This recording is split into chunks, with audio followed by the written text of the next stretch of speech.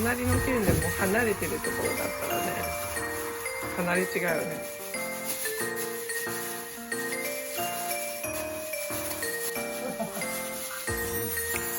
多分2杯今日3杯弱あげちゃったかもしれない。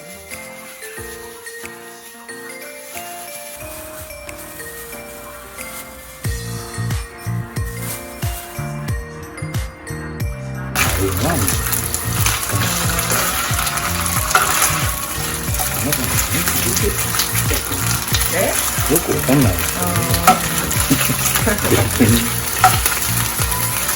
怒ってるだろうけど、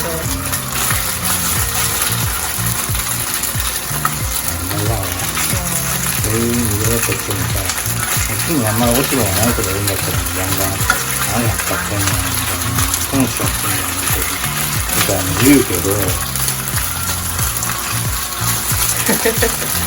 言えないよ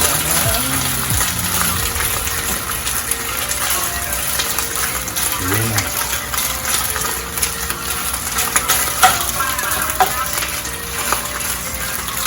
でしょ？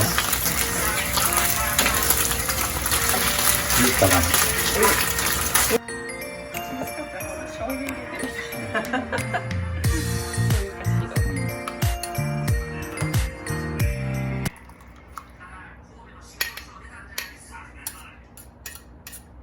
うん？